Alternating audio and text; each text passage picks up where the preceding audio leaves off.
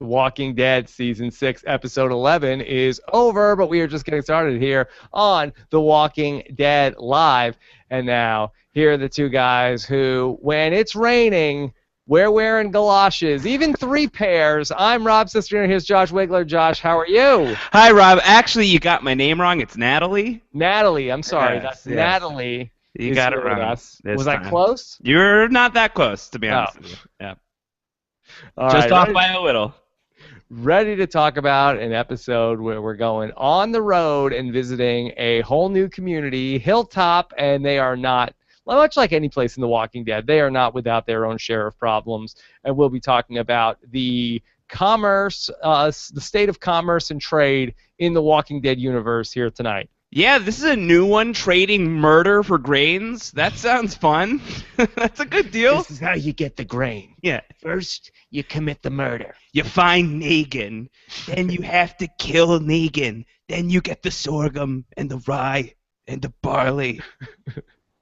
All right, so we'll be talking about all that here tonight, live, February 28th, 2016. We're going to be taking your questions as well, like we always do here on this show. Hashtag PS Recaps. Also on our YouTube channel at postshowrecaps.com/YouTube. Ready to talk about everything, and we will be giving out a slew of awards to the Walking Dead cast tonight. Oh, that seems appropriate. So is this like the impromptu walkers? This is like our equivalent of the Throners for The Walking Dead. We're just going to do that on Oscar night? Yes.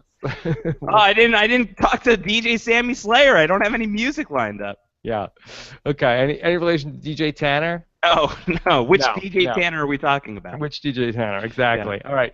So, Josh, how you doing tonight? I'm doing well. I'm excited. You know, I've been waiting for this episode for a while, or at least certain events from this episode for a while.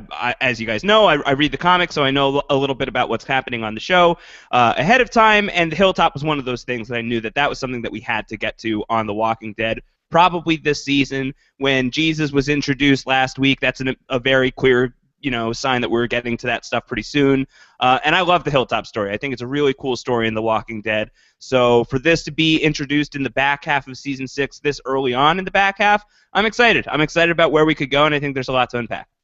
What was it in particular that you were excited about? Is it something that has not come yet or something that happened tonight? Well, I think a lot of stuff that hasn't come yet, but stuff that happened tonight, like Rick's brawl with that one guy who tried to kill George Mason from 24. That was pretty fun. But just the arrival of George Mason from 24. I'm sure we'll talk a lot about Xander Berkeley's new character on the show. But I think it's really that thing that Jesus says to the group in the morning, in the cold open, that closes out the cold open when he's telling them, I come from a place. It's not that dissimilar to you guys. We have stuff. You have stuff. We like to trade with other communities. Maybe we can set up some sort of deal with you guys.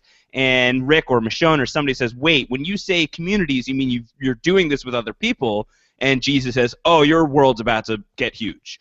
And I loved that moment in the comics. I love that moment here on the show. I love that implication that there's a world out there that's bigger than Rick Grimes and the Rick Grimes gang, and we're starting to move into that territory. And we talk a lot about, is The Walking Dead too big? Is the cast too big sometimes? Well, we just open up the world by a lot, and I actually think that that's kind of a counterintuitive solution to what you would normally think. It's like kill off everybody on the show, trim down the cast. I think blowing up the world is another way of kind of making things a little more blended in and seamless. So I love that idea, and I'm really excited that we got there in the show. I agree with you. I think that was a very exciting prospect. But did they actually deliver on that? It sounds like, from what we understand, unless there are other groups that also Negan is terrorizing, and then all of the victims of Negan are out making trades with each other also, right, in addition to whatever Negan doesn't take from them. It sounds like the trade that's being made is Negan trades you half of your stuff for him not killing you. Right. It's a terrible deal.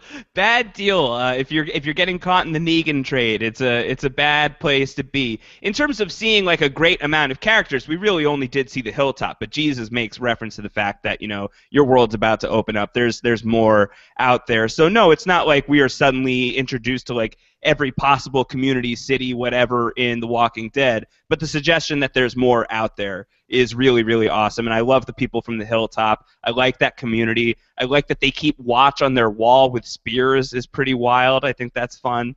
So yeah, I'm a big fan of this stuff, and I think that the Hilltop story is going to take us to some really awesome places. Should The Walking Dead change up the opening to more mimic the Game of Thrones opening credits so we can see where all the communities are? Well, if there's enough that we have to like do a little bit of like a Seven Kingdoms of Alexandria, that could be fun. Yeah. And then can the Fear the Walking Dead be like the Daenerys storyline happening somewhere across the desert? Yeah, when are the Manawas finally going to get to Westeros? When is that happening? Taking way too long. They're crossing the narrow sea as we speak. All right, well, let's talk about the headlines from tonight. And I guess the top story is that we are in the Negan business officially. We are, yeah. Well, Negan is being brought up more regularly on the show. You and I kind of talked about this during our feedback show earlier in the week of like, it's pretty weird that Rick didn't mention Negan once, that Negan's name didn't come up at all in last week's episode. Could it just be solved if, Rick has some sort of throwaway line about Negan, which he does in this episode. He really just basically says, yeah, Daryl and Abraham met up with this guy named Negan's group, and it seems like they're no good.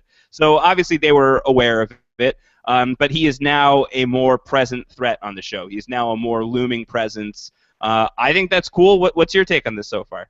Yeah, I think that we certainly seem like we have a direction for where we're going now in the back half of season 6, that they seem like they're going to go off and plan this attack next week, and then maybe the week after we'll get into the actual operation against Negan. Yeah.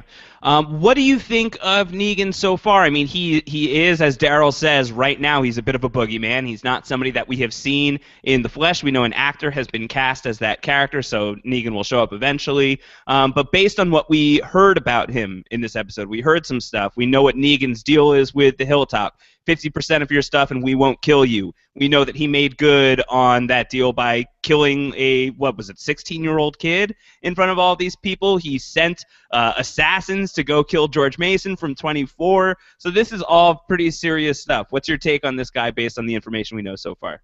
Yeah, I think that Negan is definitely a badass, and I think that he seems like he's somebody who's sort of like running like the mafia here in the Walking Dead post-zombie apocalypse world, where he's basically taking everything that he wants from the people and for the saviors. So I think that Negan seems like he's going to be a major part of the Walking Dead story moving forward. So I don't think it is going to be quite as easy as, okay, we'll just go kill him and then we'll bring back the stuff. Right. I like that idea. Negan, like the head of the mafia, like the Negan family crime syndicate. Yeah, exactly. Just like that. And so we end up with, it really is a big night for Maggie. And it is. Between so many different things, between, the relationship between her and Glenn, and then she gets to go on the road trip, and then she's sort of like holding Jesus at gunpoint, which I was sure was going to be something that backfired. You thought it would be a thing. Yeah, I thought it would be a thing. I really was like, we're going to go with this guy that's like basically the Houdini that even Rick and Daryl couldn't keep this guy at bay last week, that we're just going to like, all right, Maggie, you watch this guy. Well, Maggie's a badass. That's great. That's established and everything. But Maggie's also a badass with child currently. Mm-hmm. So, like, you're going to leave her behind to deal with this guy? What if he is lying? What if this is a trap? And now suddenly she's the one who's, like, in immediate danger? So, yeah, questionable decision at best. Didn't bear out, though. Ultimately, though, Maggie is put in the position of being the lead negotiator with Gregory in the Hilltop negotiations. Josh, did this strike you as being odd at all that Maggie was the person really on the front lines in this negotiation? Well, I think that they've been, the show has been putting track down for something like this. I think that, you had Maggie in the back half of season 5 really closely associated with Deanna, as sort of Deanna's number, second in command, her right-hand person. And I think that you get the sense that Maggie is being groomed for like a political career. I don't feel like the show necessarily did enough to really solidify that. I feel like that was the intention of the show. I don't know that there was enough that happened, especially because most of season 6 took place during one 24-hour period, that I don't feel like Maggie as like a diplomat. I don't feel like that ever really bore out believably for me. but that's where we are, and that's where we are with Maggie right now. And I think that it's a cool use of the character. It gives her a very specific utility on the show.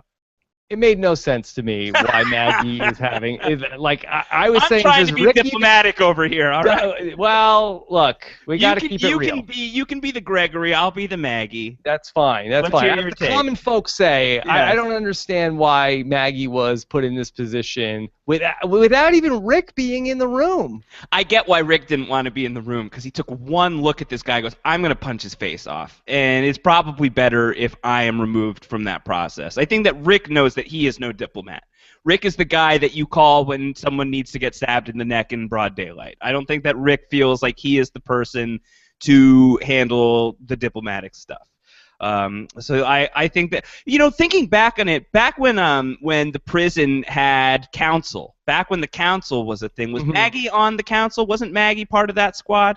I don't know. It seems a little bit of nepotism there. Herschel and Maggie be on the council? Yeah, or was it Glenn that was on council? Maybe someone can.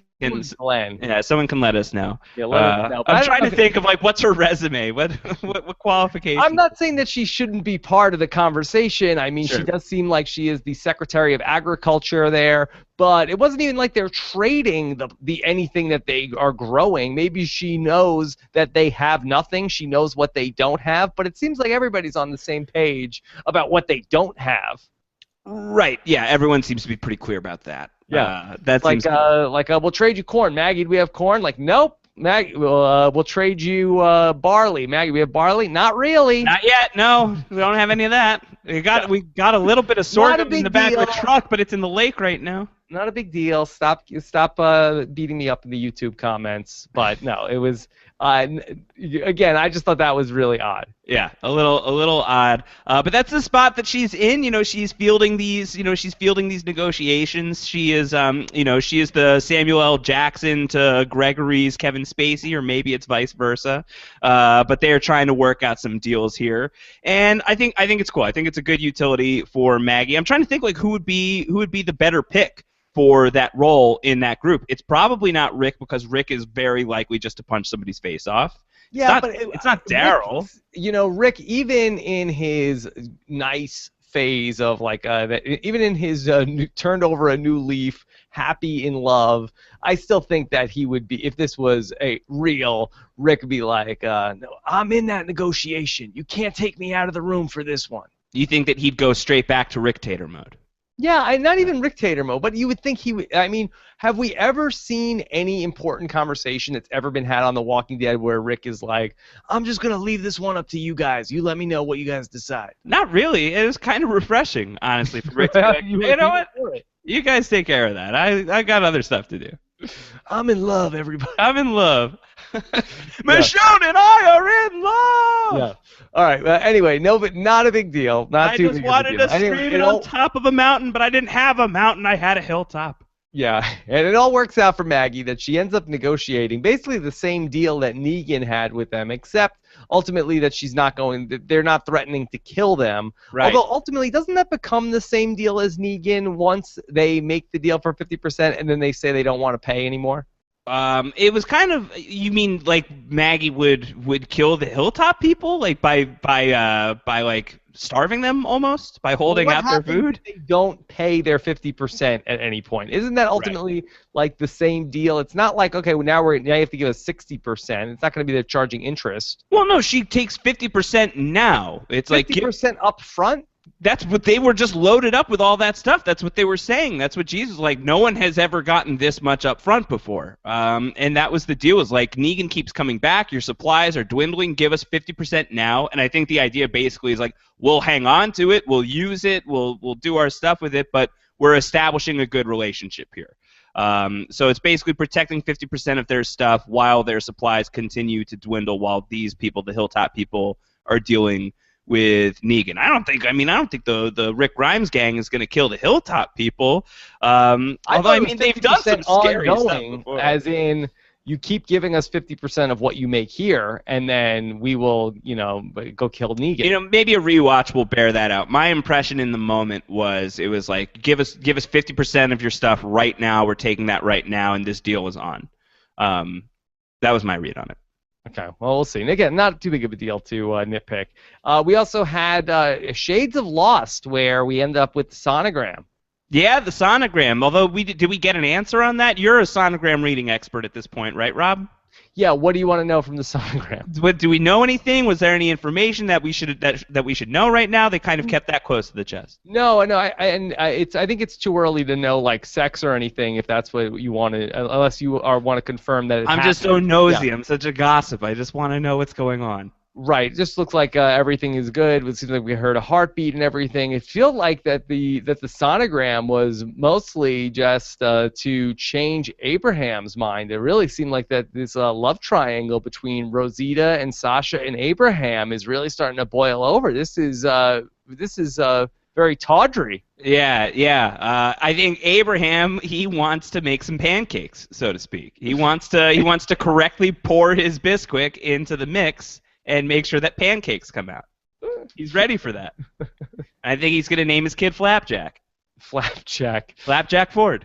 All right, so where do you think Abraham is leaning? Like, you had the moment earlier in the episode where Freddie, I think, was the guy that Abraham almost killed. Right. And he talked about how when he was going to almost die, Abraham almost stabbed him in the head.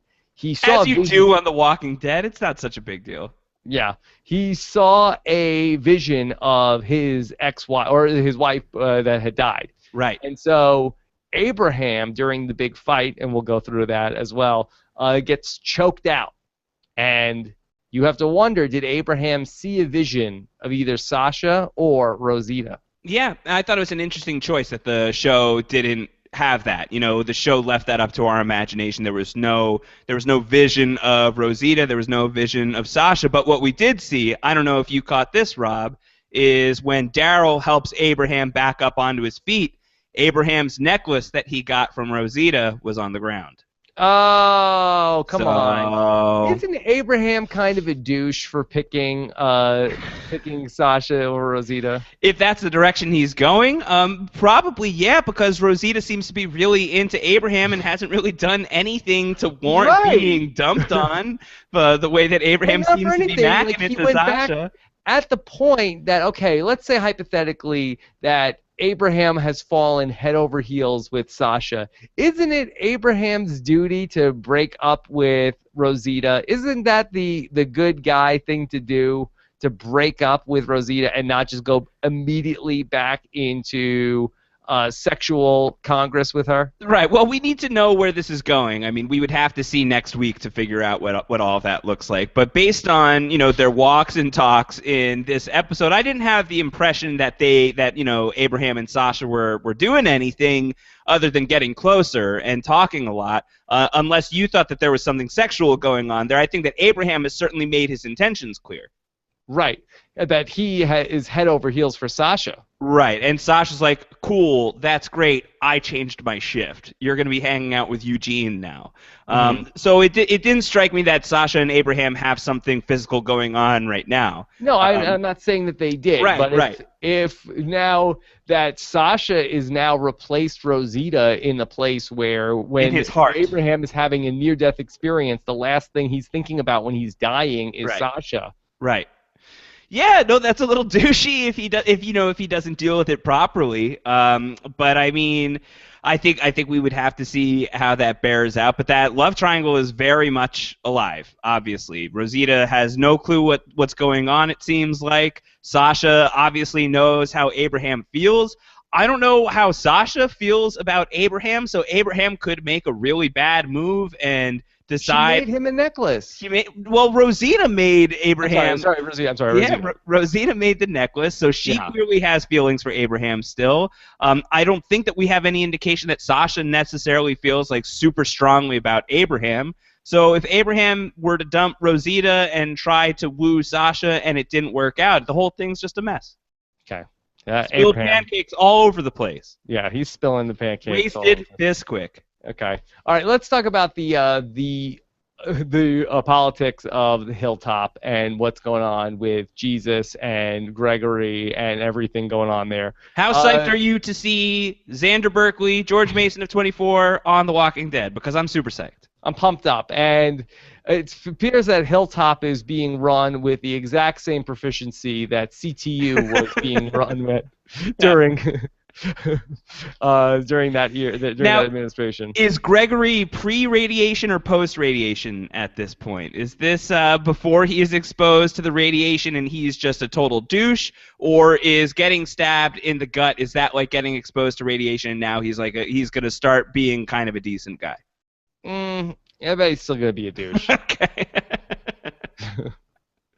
Jesus doesn't like him. That's Yeah. really that's our compass here in Hilltop. Right, yeah. If Jesus doesn't care for you, then you're probably doing something wrong. Right. If Jesus vouched for him, then I would go ahead and say thumbs up. Yeah, but you're saying that he is running this place with the efficiency of CTU, which is to say not very efficiently at all. Yeah, that somebody breaks in every season and then kills a bunch of people. Yeah. They There's leak really no nerve gas security. throughout the hilltop. Right. Yeah. So, Who's the mole at the hilltop? Oh, There's got to be a mole. well, right? it was the guy that tried to kill Gregory. Yeah. Yeah, Craig's brother. Yeah. And so it turned out that, so what was the problem here? That they shorted Negan? They gave him 49% of the stuff? It was something like that. There was an implication that part of the deal that they have is 50% of our stuff, and it seemed like they didn't have a full 50%. So they lost some people. Some people died. One person, poor Craig, he's been taken by the Saviors, and the only way to get Craig back was to assassinate Gregory on Negan's behalf. Yeah. So that was the move. Don't they have a lot of 50% of things? Sounds like life with the Saviors is pretty cushy. I mean, it sounds like plush. They had already given 50% of what they had to Negan quite recently. Yeah. And then they were giving a big haul to Rick and company and loading everything into their truck. It's not like they were sitting there with like their pockets and like, we have nothing left. They seem to still have a lot of things. So they had a big stock to begin with, is what you're saying. Right, apparently. I mean, how often does Negan come by? That first 50%, it diminishes, and then it's like still a big chunk of stuff. This whole life at Hilltop seems like it's not bad. They have that awesome mansion with windows everywhere. But no ammo. No ammo. They are low on ammo. They have spears and like medieval weapons. Maybe Daryl can borrow a crossbow or just a regular bow from these people. Yeah, or a bro. Or a bro, in fact. He could have one of those as well. Josh, I want to talk about the big fight. Okay, let's do it. All right, so we end up with, what's the name of the guy who tries to kill Gregory? I believe that was Nathan. Nathan for you? Okay, Nathan for you. He tries to kill Gregory. He stabs him in the gut, and then all hell breaks loose. Was Jesus fighting in this battle? I didn't see Jesus being super interactive in. Didn't that strike you as weird? Isn't Jesus like the ultimate fighting machine, as demonstrated in last week's episode, that he could best both Daryl and Rick in hand-to-hand combat? We do have that impression from Jesus from last week. I think that you got to cut him a little bit of slack because all hell is breaking loose in his hometown between people that he would not expect to be going at each other. Like, I don't think that he thinks of Nathan as a guy who's just going to stab George Mason in the stomach for no reason. Yeah, I don't know. I felt like that it was weird. A little shell-shocked. A little shell-shocked. I mean, for Jesus, who seems like he's a guy who thinks fast on his feet. Right. I thought that was odd that he was not more in the fray. Yeah, well, he wasn't, and it's really, it's like Rick's guys and Daryl. These are people who just immediately, they're basically just looking for an excuse to kill whenever they have a shot. So they were ready to fight. They were ready to throw down. They're accustomed to this stuff, and I think that they are probably more fighters than Jesus. Jesus might be the better fighter, but I think in terms of, exposure, in terms of regularity, I think it's Rick's group who are just like ready to spring into action no time at all. Okay, now Jesus really did live up to the Jesus title, though, at the end of this whole bloodbath where Rick ended up like ripping a guy's neck open with a knife. Yeah, it was gross. It was pretty gross. And how great was really that? Gross. He stands up, he's covered in blood, everyone's looking at him, and Rick's just like, what? What's the big deal? This is a classic Rick Grimes moment. Just another day at the office. Yeah, SSDD. So Jesus is the peacemaker. Yeah, he brokers the peace. He's like, you guys don't go after Rick. First off, he's got a gun. He has a gun, people. They have guns. And the other thing is Nathan was a coward, and let's not pretend that he wasn't. And then Rick is like, hey, can I do anything else? It's like, no, you're good. You did everything. You did so much. Yeah. Why isn't Jesus the leader of these people? He says it's easier. I understand that. Don't you know? Like, you want to be like second in command. Second in command is a great role. Like, you can have like the respect and the love of the people, but the person who's first in command takes all the shots. So you kind of just like you get to bend the ear of the people, but you don't have to take on the full responsibility. Great spot to be in. Second place is where you want to be. You don't get blue shelled, Rob. You avoid the blue shells. That's true. So it's good. It's good to be second spot. All right, so Jesus gets everybody, hey, calm down. All right, we got to get Craig back. Do we want Craig back? Oh, man. Who's the sadder Craig? The Craig of The Walking Dead or the Craig of South Park? Both Craigs just seem to be like the butt of the joke. Walking Dead Craig makes great baked eggs. Have you ever had a baked egg? We don't eat a lot of eggs in my household. My wife is allergic to eggs. That's right. So it doesn't happen very often. So intrigued. I can't say I have. Yeah. I'm interested to know how a baked egg would go. Baked egg with green tomato. Okay. Apparently it's very good. Why not? So here's my question, Josh. Why does Negan want Greg dead? Well, if Gregory shorted them, if he screwed over the Saviors, then maybe Negan is thinking, let's kill this guy and install someone else in power. Did he short him? I mean, I feel like that Gregory seems to have been playing ball with Negan for quite some time. I mean, was he grossly short? If maybe it was a gross shortage, maybe it was a slight shortage, and Negan is just a very particular nitpicky guy. Either way, Negan doesn't seem like the type of person where you mess with him at all without severe consequences. So I think it's kind of just like a setting an example type of thing.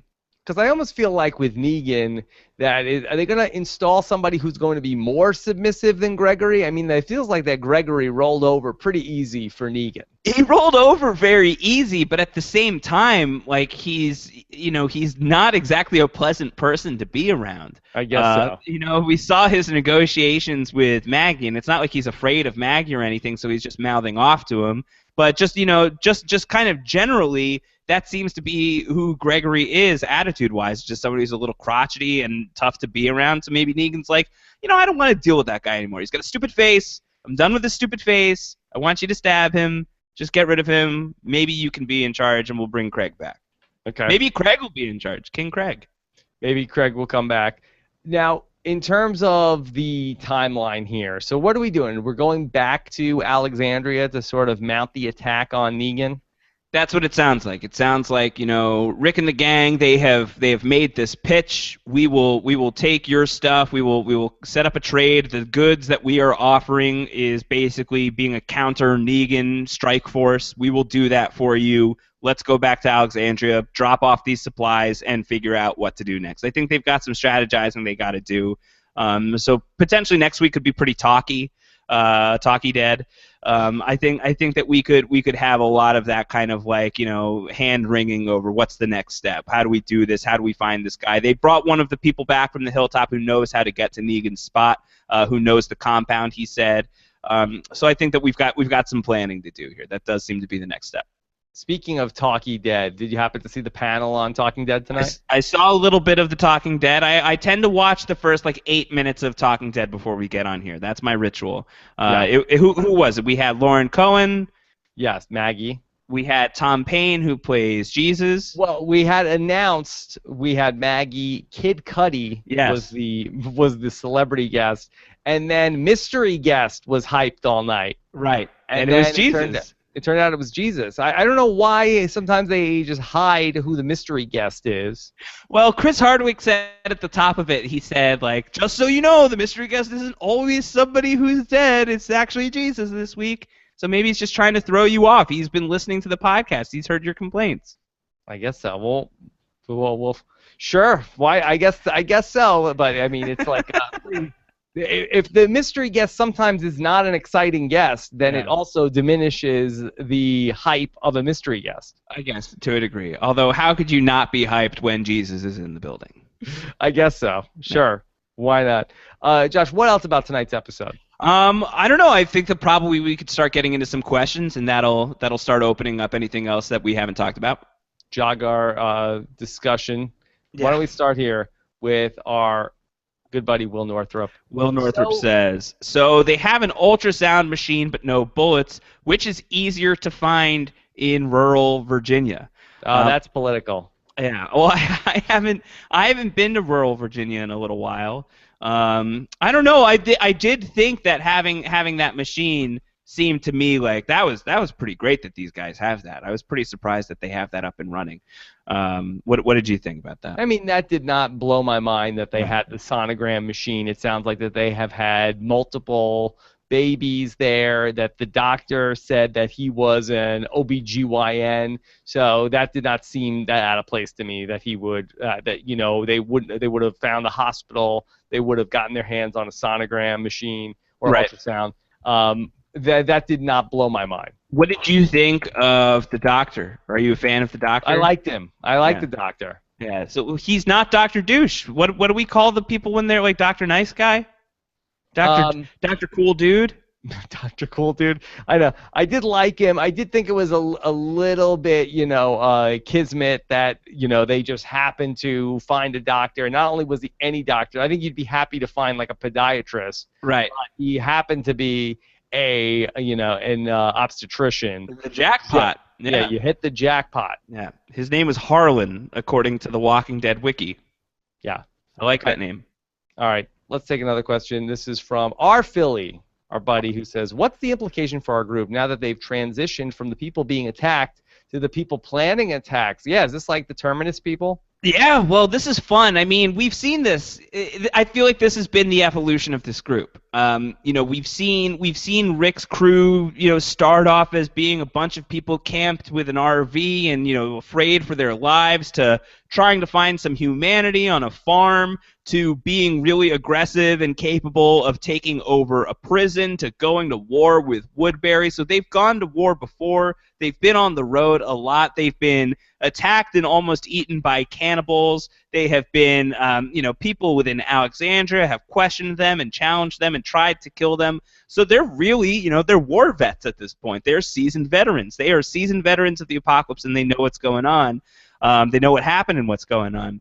And I think that they're ready for this. I think they're primed and groomed, and I think that when you look at people in the apocalypse, it's hard to imagine a better group of people that's capable of pulling off what they're talking about doing. Is like, we can go to war with these people and we'll be good. We've done it before. Confrontation is not a problem. They're like the SEAL Team 6 of the apocalypse. It's crazy. Do you think that Rick and his group are getting a little cocky? In what way? That's like, we've dealt with all this stuff. There's nothing you can throw at us that we can't handle. Right. They're like, there's nobody who we can't deal with. What, 20 guys? Oh, forget that. That's Make like it 50. In our sleep. We're like, we turned a couple of their guys into a puddle a few weeks ago. These guys are nothing. Right. Yeah, I mean, there's definitely something to that. It can be a dangerous attitude to have, but if you look at their track record, it tends to work out. Track record is strong, but nobody, not even Maggie, is even saying, like, maybe this isn't a good idea. Well, she actually, I think, was one of the people who voiced a little bit of concern. She's like, this is going to cost us something. She says that to Rick when Rick, Michonne, and Glenn kind of have a powwow. Yeah, she expressed something in terms of that this is we're going to have to do something on our end, but when she finds out what that thing is, she does not say, like, oh, this is a bad idea. Right. She's like hesitant, like, whoa, they're going to want something from us. But when she finds out what that is, she's not saying, like, hey, guys, like, no bueno. Right. There's no major voice of dissent in this conversation. Michonne is on board. Daryl's on board. Yeah. Even pacifist Glenn is on board. Seems like it.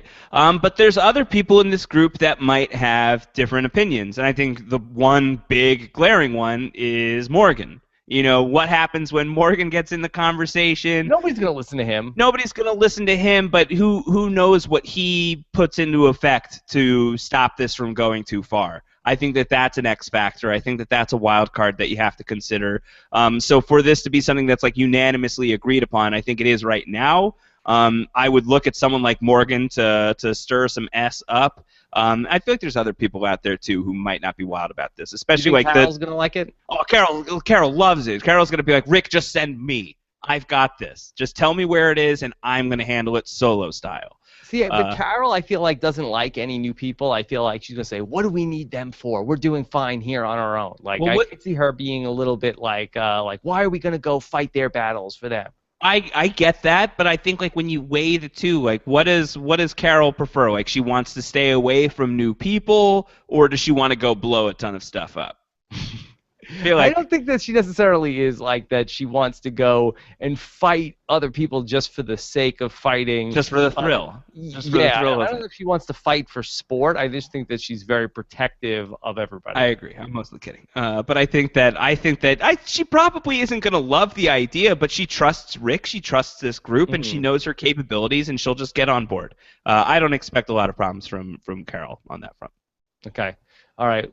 Emily Stobbs, Josh, what does she have to say? Emily Stobbs says, do you think those cookie that Jesus was complimenting were made by Carol? That's right. I love that part in the beginning of the episode where Jesus is just talking about all of the different stuff that he knows about Alexandria. He's like, compliments to the chef. The cookies are awesome. Say hi to all 54 of your people for me. I think you got to imagine the cookies were made by Carol. Yeah, how about that scene in the beginning of the episode where Carl pulls the gun on Jesus and he's like, I'm just waiting for your mom and dad to get dressed. Yeah, and Carl's like, wait, what? Who are you talking about? But Carl, what a bro. What a bro. He's totally cool with dad dating Michonne. Yeah, he's totally up for it. He's a shipper. Yeah, he's like, you know what? I've been seeing this happen. I've been watching the episodes. I've been listening to the podcast. I've watched The Talking Dead. Like, I know that this is sort of the direction things have been going in, and I'm okay with it. Okay. Yeah. All right, let's take another question. This is from Megan Murphy. Do you think that Rick and Michonne are going to be making pancakes anytime in the foreseeable future? Hashtag pour that Bisquick, Rick. Oh, my God. I think we need to let's slow our roll on the Bisquick and the pancakes for a minute. Like I think Rick's already got 2 little pancakes of his own that he's dealing with. He's got Carl, he's got Judith. I don't think he's in a rush to make any more breakfast. Maybe more breakfast, but different like varieties of breakfast food. I don't know. I'm lost in the metaphor, Rob. Help me out. Get me out of here. Everybody needs to just calm down with having these babies. Like, it's not even easy to have a baby not in the zombie apocalypse. It's baby fever. Hey, everybody sees Judith and like, oh, she never even cries. This is fantastic. We should get one. It turns out that Judith is going to get a lot of people killed because she is inciting baby fever, and everyone is going to be in for a world of hurt when they realize that they are not as awesome as that child. People are very confused about how this is going to go down. It's like the last baby that they've met. Like, it's like, oh, I didn't remember that babies were so chill. Yeah. This baby is so dope. I want one. Right. Yeah. One thing on the Rick and Michonne thing is, how do you feel like the show handled it in the week following the getting together of Michonne? Did you like the way that the show played it this week? I thought that the show did a good job with it, that they didn't really spend a lot of time on it tonight. I did feel like it was a little bit like when Rick was driving the car and he had to hold Michonne's hand as that was going on. I was a little bit like, hey, 2 eyes on the road, Rick. I feel like that, almost every single time somebody's driving a car on this show, something bad happens. So you want like hands on the wheel, both hands on the wheel. Yeah, 10 and 2. 10 and 2. Is that what are they still teaching that? I've heard they're teaching something new. I don't know. But what do you think of the fact that like everybody seemed to just like totally buy it? Everyone seemed to be like totally on board. Everyone just accepted. It's like, okay, yeah, Michonne, I guess that's happening. We're good. I did really like the scene between Abraham and Daryl, where Abraham is like, so Rick and Michonne, how long do you think that they were? What did he say? Buggling Buglies. And Daryl, he's such a stick in the mud. He's like I don't care. It is fun. Yeah, it is funny that there has been talk about like what is Daryl Dixon's sexuality? Why doesn't that guy have any sort of romance storyline? Everyone loves Norman Reedus, and there's been talk on like every possible angle of that character from that perspective. And I like how Abraham, he has that conversation with Daryl. You're right, Daryl's such a stick in the mud about it. He really doesn't want to talk about it, but then he really shuts it down when Abraham is like, "Have you ever thought about it?" And Daryl's like, "No, don't talk to me." And he just like sprinted out of the room. The one chance that we've had on the show for like Daryl to talk about romance and sex and stuff, and he's just like, "Nope, not talking about that. It's not my topic." Yeah. Abraham was so funny tonight. Abraham was killing me the whole episode. Great episode for Abraham. You said before we got on here that you would give Abraham the fishy. Yeah, he might be my favorite character on The Walking Dead right now. He's great. He's got great dialogue. He's just ridiculous. He's just nailing it. Well, I'm not sure. Hey, He is really doing very well on the show. oh my God, yeah, yeah, he's All doing right. very well in a lot of ways. Will Northrop, Gregory speaks the common tongue. What? No High Valerian? No High Valyrian. Dracarys. Yeah, that's not been introduced. I mean, the further we explore the seven kingdoms of Alexandria, perhaps we will start to meet people Yeah. who can train dragons and speak Valyrian and all Was I sorts of stuff. reading too much into this, Josh? Was Gregory hitting on Natalie tonight? It's Maggie. Oh, sorry. Get it right. Yeah, I think he was. I think he absolutely was. And Maggie even straight up says, like, could you stop hitting on me? Could we just like talk? I just want to have a conversation with you. Yeah. Did she share that information with Glenn? No, I don't think so. We didn't really get like sort of the download from Maggie's perspective on Gregory to Glenn, or like her read on the whole situation to Glenn. She didn't really say anything. So she seems like she has sort of kept that to herself. She doesn't seem super threatened by him because he's just such a dweeb, that this guy's just like such an obvious douche. So yeah. Okay. What about this one, Josh? This is from Bradass TV. Since we know Hilltop was doing fine, doesn't that make Jesus a douche for stealing their truck? Jesus douche, anyone? I feel like Jesus, he articulates it pretty well. And I feel like he made a pretty clear case for why he did that. He's got his people to take care of. He has his own community. Rick and Daryl seemed like shady dudes, so he just didn't want these shady dudes to have this truck, so he left them behind. And he's like, okay, well, now I've gotten to know you, and I've seen your operation, and you guys don't seem to be such shady dudes. You seem like good people. I mean, So shouldn't I thought that Jesus was fine. in some way have made them whole in terms of like, I feel so bad that I sunk that truck full of stuff. Like, let me at least give you guys something. Yeah, maybe. I think that's like they could have gone in that direction of like, Because hey, yeah, it really seemed as though, Josh, that Jesus was like, boy, I'd love to do something, but my hands are tied here, and when my hands are tied, there's absolutely nothing I can do to get out of that type of situation where my hands are tied. yeah, he is the master of getting out of sticky situations, Jesus.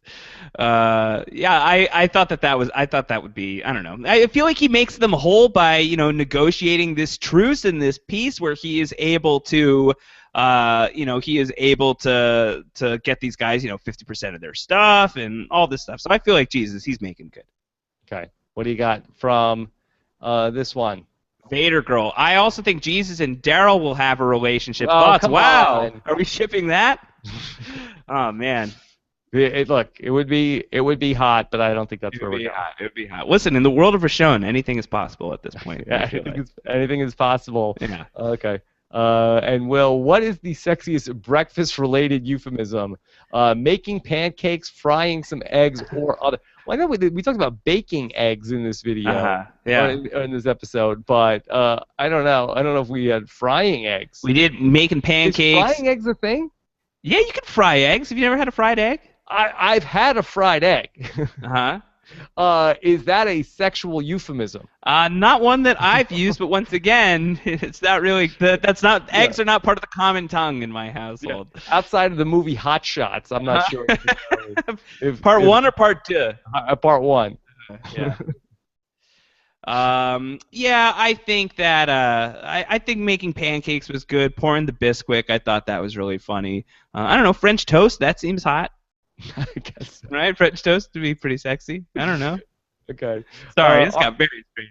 Our Philly, on a scale ranging from our beloved Cabin douche to the much maligned Ron douche, where exactly does Gregory douche score? Well, I think Gregory douche right now is the reigning douche on the show. It's hard to imagine somebody on the show that we have met currently that is douchier than Gregory. Agree or disagree? Yeah, he is probably the biggest douche going, but he is not somebody that is like Nick Douche from The Walking Dead, where it's like when he's on the screen, I am rolling my eyes like, please, somebody kill him. Yeah. Like we were even with Father Gabriel.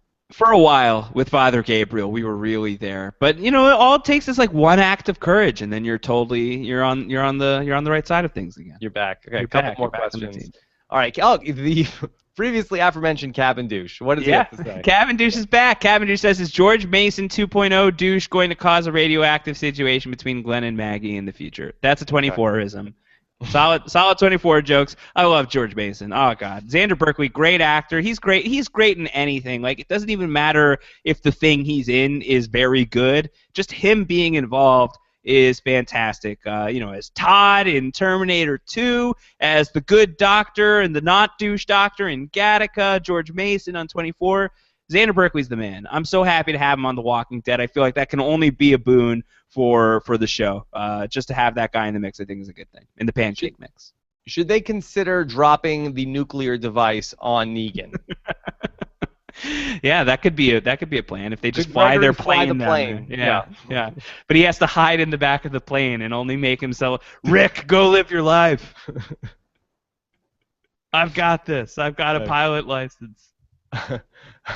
Our Philly also wants to know, are Rick, Daryl, Michonne, and the Gang of Heroes officially for hire? Is mercenary work a good business model post-apocalypse? It could be. This could be a thing. Like, what if this works out? What if the Negan thing is just like, it's like Wolves 2.0 or Terminus 3.0, I guess, and it's just like a blip on the radar. It's actually not as big of a threat as it's being made out to be, and they just handle it real fast. They just take care of it immediately. And then they're like, we're pretty good at this. Maybe we could just be the mercs. They could just send us out, no disintegrations, but we will take care of things. We'll be bounty hunters. We'll have a great time. It'll be the best. Be a different direction for the series. Be a good reality show. Yeah. All right, Josh. I think that's all the questions that we have for tonight. That's it. Yeah. So where are we going from here in terms of our Walking Dead coverage? We are going to have a big week. We will have the Walking Dead book club with myself and Jessica Leese. We will have that posted midweek. We will record that tomorrow night, so get those questions in if you want to. postshowrecaps.com/feedback or twd@postshowrecaps.com. Just put spoiler in the title so we know that you're talking about the Walking Dead book club. But get those questions in. I thought this was a fun episode from a comic book standpoint. There were definitely some scenes that were directly lifted from the comics that I'm really excited to go back and read that stuff and talk that through with Jess. So we've got that. Then we'll have feedback show this week. Same way. Get your questions in that way. twd@postshowrecaps.com. postshowrecaps.com/feedback. And we love the voicemails for that show as well. So postshowrecaps.com/voicemail. And we'll also get through your comments here on postshowrecaps.com and the YouTube page. And don't forget Better Call Saul, new podcast coming tomorrow night after the episode. Myself and Antonio Mazzaro. Plus, this weekend on Most Shows Recaps, we talked about the first 2 nights of Vinyl. Which was very fun to talk about. Josh and Antonio and myself. Yeah, that was really fun. We'll have another Most Shows recap this week. Rob will not be on hand. My good friend Kevin Mahadeo will be on hand. We're going to be talking about Agent Carter, the second season, which is ending this week, potentially final. Carter. Potentially the final season of Agent Carter, depending on where things go. So we'll talk about that on most shows this week. But, Rob, you will not be on hand because you have other shows to discuss. That's right. I'm not sure if you can still see me from Frozen. Here I am. I hear you. I see you. Okay. But, House of Cards is going to be back this weekend. So talk about more excitement in the greater D.C. area. It's not just The Walking Dead. It is also going to be the return of House of Cards season number 4. Lots going on. Very fun stuff. Yeah, make sure you don't miss any of it. Subscribe to Post Show Recaps. Go to postshowrecaps.com/iTunes or search for Post Show Recaps in your favorite podcatcher. You could also get our Walking Dead only feed at postshowrecaps.com/TWD. iTunes. Thanks so much to Alex Kidwell, who was pulling questions for us tonight. We'll be back with Josh and Jessica Leese talking comic books and more feedback later on this week. Josh, do we have a hashtag? Ooh, hashtag. Do you have a good one? You're laughing. I see you laughing over there. No, I don't know if we have a good one. How about Biscrick? Biscrick? I like that. Okay. Yeah. Let's go with Biscrick. That's fun. There you go. Make the Biscrick happen. Sweet Flaming Mercy. Oh, my God. All right. Have a good one, everybody. Take care.